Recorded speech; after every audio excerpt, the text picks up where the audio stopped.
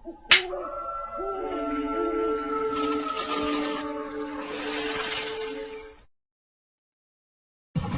का वक्त था। कस्बे से दूर बसे पुराने गांव भैरवपुर की गलियां हर रोज की तरह सुनसान हो चुकी थी।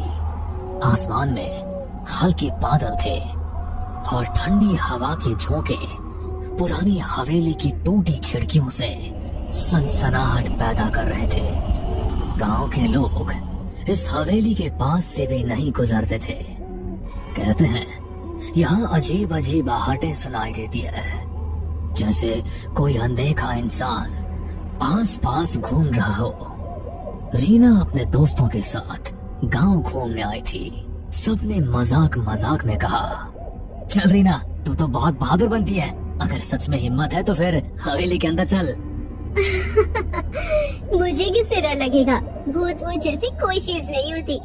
रीना अकेली हवेली के अंदर चली गई। टॉर्च की रोशनी टूटी दीवारों पर पड़ते ही डरावनी परछाइयां बनने लगी। वो चौंक कर पलटी। वहाँ कोई नहीं था। शायद मेरे दोस्तों ने मजाक किया होगा। लेकिन अगले ही पल उसने टॉर्च की रोशनी में देखा, दीवार पर उसके अलावा एक और परछाई हिल रही थी। रीना की सांसें तेज हो गई। उसने धीरे से पुकारा, कौन है वहाँ? पर कोई जवाब नहीं मिला। बस धीरे धीरे कदमों की आहट पास आने लगी। वो भागकर बाहर निकली। दोस्त हंस पड़े। क्या हुआ, रंग उड़ गया चेहरे से? रीना कांपती आवाज में बोली, नहीं, अंदर कोई था। दोस्तों ने मजाक उड़ा दिया। लेकिन उस दिन के बाद से रीना के साथ अजीब घटनाएं होने लगी। कभी रात में उसके कमरे में किसी के चलने की आवाज आती, कभी शीशे में उसके पीछे कोई धुंधली परछाई दिखाई देती।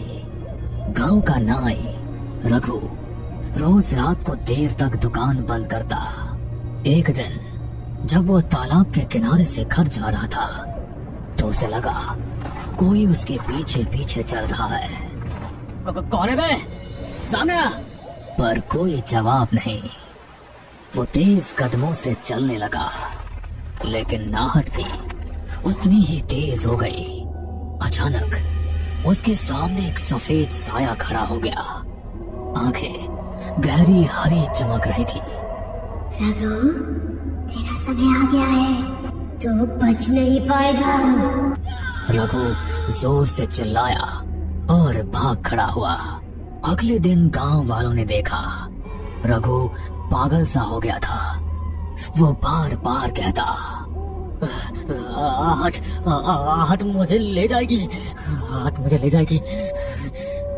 अनिरुद्ध गांव के स्कूल में मास्टर था। वो भूत प्रेत में विश्वास नहीं करता था। लेकिन एक रात जब वो हवेली के पास से लौट रहा था तो उसने साफ साफ सुना जैसे भारी जूतों की आवाज उसके पीछे से आ रही हो। अरे ये कैसी आवाज है? यहाँ तो कोई और नहीं है। वो मुड़ा, लेकिन पीछे सिर्फ खाली सड़क थी। फिर अचानक उसके कान में किसी ने फुसफुसाया, तो बच नहीं पाएगा। रीना, रघु और अनिरुद्ध तीनों अलग अलग लोग थे, लेकिन सबने एक ही चीज महसूस की और वो थी आहट। गांव में धीरे धीरे डर फैलने लगा। लोग कहने लगे कि हवेली में दबे किसी रहस्य की वजह से ये सब कुछ हो रहा है। गांव भैरवपुर में अब हर कोई हवेली का नाम लेते ही सिहर उठता। रीना का चेहरा अब पीला पड़ चुका था। रघु पागलपन की हद तक डर चुका था और अनिरुद्ध मास्टर भी अब रात को अकेले निकलने से कतराने लगा था। लेकिन ये डर यहीं नहीं रुका। सविता रोज रात को अपने आंगन में तुलसी को दिया जलाती थी। उस रात भी उसने वैसा ही किया। लेकिन जैसे ही दिया जलाया उसे लगा मानो आंगन में कोई खड़ा है। कौन है वहाँ? अंधेरे में कुछ भी नहीं दिखा, लेकिन हवा का एक तेज झोंका आया और दिया बुझ गया। सविता ने माचिस जलाई, तभी देखा आंगन के कोने में एक औरत खड़ी थी, काली साड़ी में, बाल बिखरे हुए। हे भगवान! वो औरत धीरे धीरे आगे बढ़ी और उसके कान में फुसफुसाई, आहट सुनो, आहट सुनो, तुम्हें कोई लेने आ रहा है। सविता चीख पड़ी। घर वाले दौड़े, लेकिन वहां कोई नहीं था। अगर यहाँ कोई आत्मा है तो आज मैं उसे शांति दूंगा। वो मंत्र पढ़ने लगा। तभी हवेली की सीढ़ियों पर धीमे धीमे कदमों की आवाज आई। कौन है वहाँ? कोई जवाब नहीं, लेकिन अचानक उसके सामने लोहे की जंजीर अपने आप हिलने लगी। मोहन घबरा गया, लेकिन हिम्मत करके मंत्र पढ़ता रहा।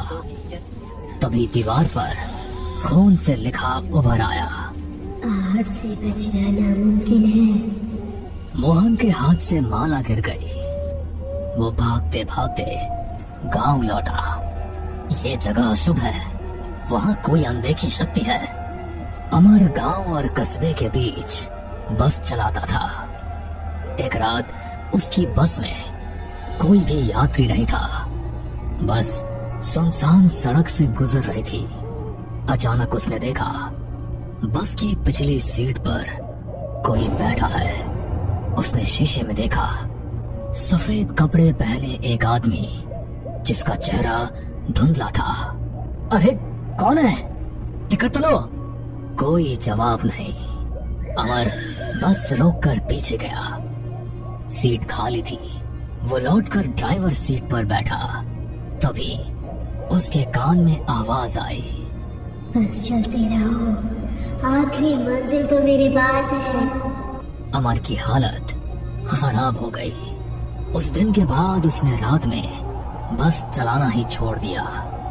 गांव वालों की दहशत सुनकर पुलिस ने जांच के लिए डीसीपी अरविंद को भेजा। अरविंद बहुत तर्क संगत इंसान था। भूत प्रेत की बातों पर हंसता रहता था। अरे ये सब अंधविश्वास है, मैं खुद हवेली जाऊंगा और देखूंगा। रात को टॉर्च लेकर हवेली पहुंचा। दीवारें खंडहर हो चुकी थी, लेकिन अचानक सीढ़ियों पर भारी कदमों की आहट गूंजी। रुको, कौन है वहाँ? उसने टॉर्च चलाई। सामने कोई भी नहीं था, लेकिन अगले ही पल उसे लगा जैसे किसी ने उसके कंधे पर हाथ रखा हो। वो पलटा, वहां सिर्फ हवा थी। फिर उसने कानों में साफ सुना, तू सच जानना चाहता है तो तहखाने में उतर। अब तक अलग अलग लोगों ने अलग अलग तरीके से आहट सुनी थी। सब घटनाएं अलग अलग थी, लेकिन एक ही बिंदु पर जाकर जुड़ती थी, आहट। मुझे लगता है हवेली में कुछ राज छिपा है। जब तक पता नहीं चलेगा, ये सब हमें चैन से नहीं जीने देंगे। अरे तो पागल हो गई है क्या? तो फिर से वहां जाना चाहती है? हाँ, अगर सच्चाई सामने नहीं आई तो ये आहटें हमें ऐसे ही डराती रहेगी। गांव भैरवपुर अब दहशत का पर्याय बन चुका था। लोग रात को घर से बाहर निकलना बंद कर चुके थे। हर कोई वही सुनता, धीमे कदमों की आहट। रीना का डर अब जिज्ञासा में बदल चुका था। उसने तय किया कि वो हवेली के तहखाने तक जाएगी, लेकिन अकेले जाना मुमकिन नहीं था। उसने अंकित, मास्टर अनिरुद्ध और पुलिस अधिकारी अरविंद से मदद मांगी। हमें सच का पता लगाना होगा, वरना ये आहटें हमें जिंदा खा जाएंगी। ठीक है, मैं पुलिस वाला हूँ, पीछे हटना मेरे बस का नहीं। चलो आज रात तहखाने में उतरते हैं। रात के 12 बजे चारों लोग हवेली पहुंचे। अंदर सन्नाटा ऐसा था कि अपने दिल की धड़कन तक सुनाई दे रही थी। अचानक सीढ़ियों पर वही आवाज गूंजी। रीना का हाथ कांपने लगा। अरे डर मत, हम सब साथ हैं ना। सब लोग तहखाने की तरफ चलो। हवेली के पीछे एक पुराना लोहे का दरवाजा था जिस पर जंग लगी थी। अरविंद ने जोर से धक्का दिया। दरवाजा चरमराते हुए खुला और बदबू का एक तेज झोंका आया। सीढ़ियां नीचे अंधेरे में उतर रही थी। चारों लोग नीचे उतरे। तहखाना ठंडा और सीलन भरा था। दीवारों पर काई जमी थी और बीचों बीच एक टूटी चौकी रखी थी। देखो वहाँ। दीवार पर खून से लिखा था, आग मेरा शाप है, जो सुनेगा उसका अंत होगा। ये सब किसने लिखा होगा? तभी तहखाने के कोने से एक सफेद धुंधला साया उभरा। सबके कानों में वही आहट गूंजी। मैं इस हवेली की मालकिन ललिता हूँ। 100 साल पहले मेरे पति ने लालच में मुझे यही जिंदा दफना दिया था। मेरी चीखें, मेरे कदमों की आहट सब यही गूंजती रही। रीना की आंखें फटी की फटी रह गई। तो ये सारी घटनाएं वही आहट? अचानक तहखाने की दीवारें हिलने लगी। छत से मिट्टी गिरने लगी। ये क्या हो रहा है? मेरा श्राप अनंत है। जो सच चाहता है वो भी आहट से बच नहीं सकता। रीना, अंकित, अनिरुद्ध और अरविंद चारों बाहर भागने लगे, लेकिन हर तरफ से आहट की आवाज आने लगी। कभी पास, कभी दूर, कभी ऊपर, कभी नीचे। सभी हवेली से बाहर आने लगे। तभी अरविंद ने सबसे कहा, अगर हम इस हवेली को ही जला दें तो शायद ललिता का दफन शरीर भी जलकर मुक्ति पा लेगा और आज का ये पूरा किस्सा ही खत्म हो जाएगा। उसके बाद सबने मिलकर पूरी हवेली में आग लगा दी और सभी हवेली से बाहर निकल आए। हमने सुना भी था कि हवेली की मालकिन अचानक गायब हो गई थी। असल में उसे मार दिया गया था। फिर अगले दिन लोगों ने हवेली में सामूहिक पूजा करवाई। उस दिन पहली बार कई सालों बाद गांव में रात शांति से बीती। लेकिन कुछ दिनों बाद रीना अपने कमरे में पढ़ाई कर रही थी। खिड़की से ठंडी हवा आई। अचानक उसे लगा जैसे कमरे के कोने से धीरे धीरे कदमों की आहट आ रही है। उसने कांपते हुए कहा, कौन है? कोई जवाब नहीं मिला, बस वही आवाज। रीना की आंखों में डर फिर से उतर आया। भैरवपुर गांव में हवेली का रहस्य तो खुल गया, लेकिन आहट अब भी जिंदा है। कहते हैं जो एक बार ये आवाज सुन लेता है उसकी जिंदगी कभी पहले जैसी नहीं रहती। आहट सिर्फ एक आवाज नहीं, बल्कि एक अंधे का साया है जो हर जगह आपके पीछे पीछे चलता है। बस कभी वो आहट सुनाई देती है और कभी नहीं सुनाई देती, पर डर की दस्तक लेकर आहट सभी के आसपास चलती रहती है। हमें पूरा यकीन है दोस्तों कि आप लोगों को ये कहानी जरूर पसंद आई होगी।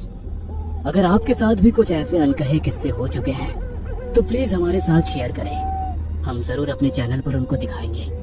हमारी ईमेल आईडी नीचे डिस्क्रिप्शन बॉक्स में दी गई है, तो प्लीज हमारे वीडियो और चैनल को शेयर एंड सब्सक्राइब करें और बने रहे हमारे साथ ऐसे ही अनकहे किस्से और कहानियां सुनने।